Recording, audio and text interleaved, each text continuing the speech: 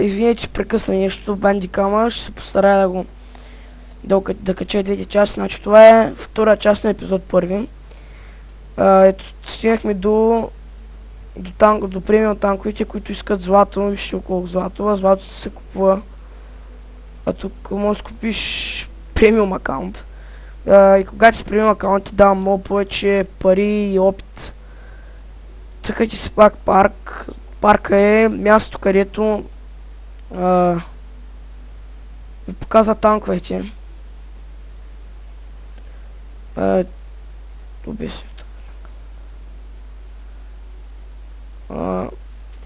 Тук ги показва в кой сървър сте. Има два сървъра, лот 1 и лот 2. Казармата е място, където са вашите командири на всички танкове. Ето ги. Тук пише на колко процента са развитите. Ето вижте на 50, на 100. Ако натиснете тук, ги освобождавате, а някой път, когато не може да се продаде танка, примерно искате да продадете, извинявам се, искате да продадете примерно някой танк, който не съм го правил, примерно е този танк. Цъкате на склад, намирате го, ето този танк, цъкате върху него. И ето тук против казарма. Ако казармата е пълна, тук натискате освободи. И той ви освобождава там ефрейторите и екипажа на танка.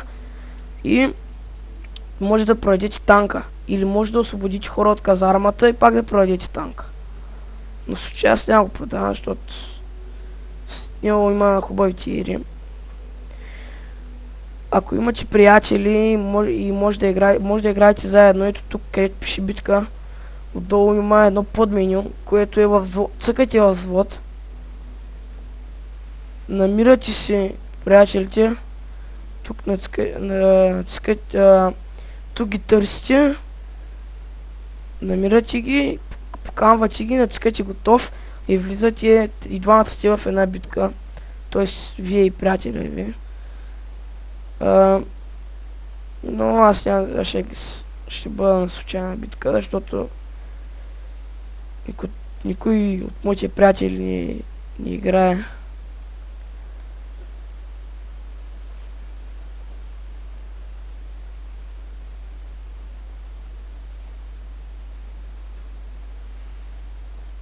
Ето пак станах на случайна битка. Настройките са...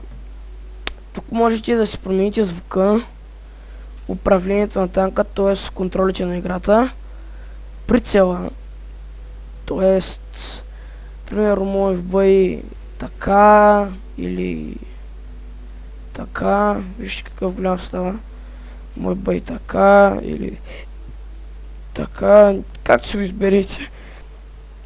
Маркера, това е да ви показва на танковете отгоре над тях, хайде, кой тир са примерно, значи име на икона на танка, нивото на машината, т.е. кой тир са, името му, ето показва се, и индикатора за издържливост, това е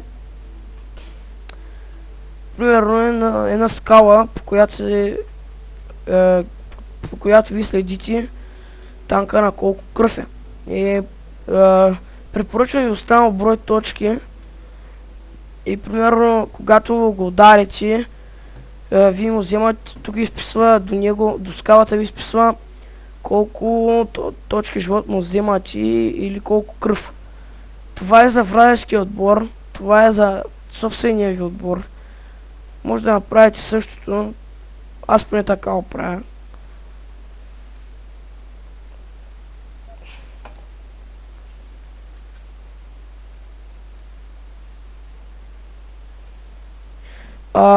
Това унищожен е за танк, който вече е унищожен и извън играта.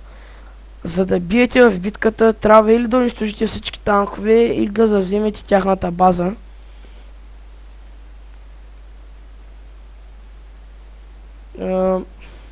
След като сте готови, цъкате приложи и окей, в случая аз няма да натискам, защото тези настройки не ми трябват. А за да излезете от главното меню, натискайте Escape. Външен вид, това са камуфлажа на танка. Те са често те са с Gold, но тук може ви да си го направите за 30 дни, за 1 месец или за 7 дена, за една седмица. Тоест за една седмица са 2500 кредита или кеш. Може да го правите летен, пустинен, зимен. Тук има някакви знаци, надписи. Почти всичко, което ви трябва.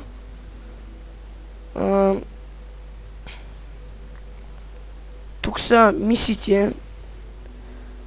Тоест, като изпълните една мисия, тя ви дава пари, експириенс, а тук има една мисия.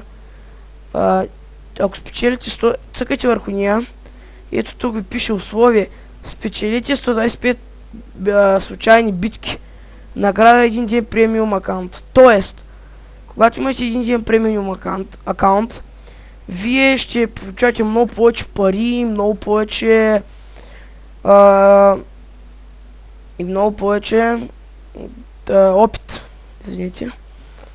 Опит. Тук вие може да развивате своя